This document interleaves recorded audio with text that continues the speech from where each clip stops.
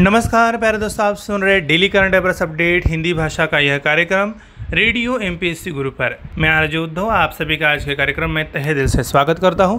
चलिए बढ़ते हैं आज के सवाल जवाब के कार्यक्रम की ओर। पहला सवाल है, निम्नलिखित में से किस आईआईटी के शोधकर्ताओं ने एक पोर्टेबल डिवाइस विकसित किया है जो दूध में मिलावट का पता लगा सकता है? सही जवाब है, आईआईटी मद्रास के शोधकर्ताओं ने एक त्रिआयामी 3D पेपर आधारित पोर्टेबल डिवाइस विकसित किया है जो 30 सेकंड के भीतर दूध में मिलावट का पता लगा सकता है। परीक्षण जो घर पर भी किया जा सकता है, कई आमतौर पर इस्तेमाल किए जाने वाले मिलावटी एजेंटों का पता लगा सकता है।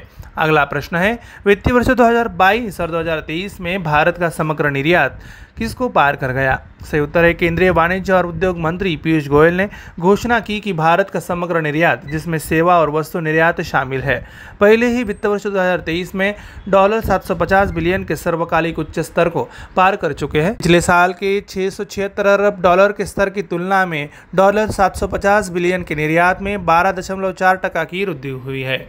बढ़ते हैं अगले सवाल की ओर। निम्नलिखित में से कौन सी कंपनी टाटा आईपीएल 2023 का आधिकारिक भागीदारी बन गया है?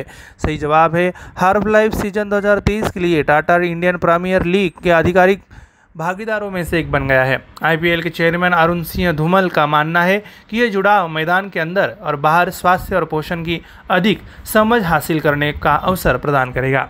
अगला प्रश्न है, निम्नलिखित में से किसे इलाहाबाद में टेक्सास विश्वविद्यालय द्वारा लाइफ टाइम अचीवमेंट पुरस्कार से सम्मानित किया गया था? इसका सही जवाब है, इलाहाबाद में टेक्सास विश्वविद्यालय ने भारतीय उद्योगपति नवीन जिंदल को लाइफ टाइम अचीवमेंट पुरस्कार से सम्मानित किया है।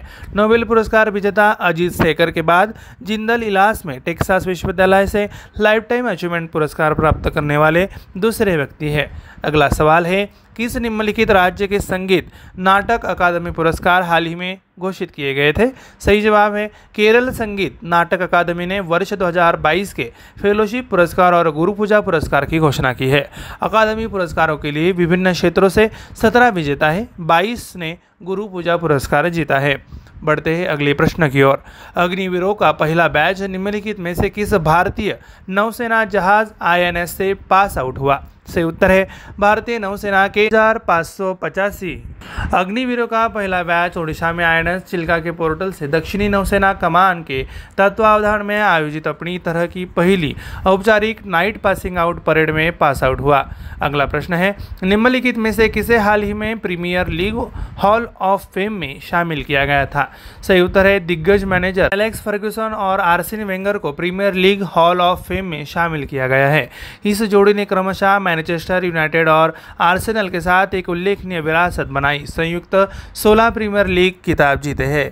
अगला प्रश्न है, 2023 पासपोर्ट सूचकांक के अनुसार किस निम्नलिखित देश के पास दुनिया का सबसे शक्तिशाली पासपोर्ट है? सही उत्तर, इस साल संयुक्त अरब अमीरात यूएई का उच्चतम मोबिलिटी स्कोर 181 है और नंबर 1 है। इसके बाद Sweden, Germany, Finland, Luxembourg, Spain, France, Italy, Netherland और ऑस्ट्रिया का स्थान है, जिनका संयुक्त मोबिलिटी स्कोर 174 है।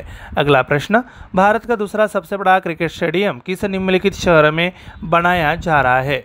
इसका सही जवाब है, जयपुर में दुनिया का तीसरा और भारत का दूसरा सबसे बड़ा क्रिकेट स्टेडियम बनने जा रहा है, जिसके लिए राजस्थान क्रिकेट एसोसिएशन और वेदांता के हिंदुस्तान जिंक के बीच एमओयू साइन किया गया। स्टेडियम का नाम अनिल अग्रवाल अंतर्राष्ट्रीय क्रिकेट स्टेडियम जयपुर रखा जाएगा। बढ़ते हैं अगले सवाल की ओर। निम्नलिखित में से कौन सा कल्चरल सेंटर हाल ही में मुंबई में खोला गया था? सही उत्तर है, नीता मुकेश अंबानी कल्चरल सेंटर का हाल ही में मुंबई में उद्घाटन किया गया था। एनएमएसीसी भारत का अपनी तरह का पहला कल्चरल सेंटर है, जहां यह संगीत, थिएटर, ललित कला और शिल्प में भारत की बेहतरीन पेशकशों को प्रदर्शित करेगा। प्यारे दोस्तों, हमारा daily current affairs quiz Hindi भाषा का कार्यक्रम यहीं पे समाप्त होता है। मैं आरजे उद्धव आप सभी से लेता हूँ इजाजत। तब तक के लिए ऐसे ही बने रहिए और सुनते रहिए radio MPSC Guru, spread the knowledge, powered by spectrum academy.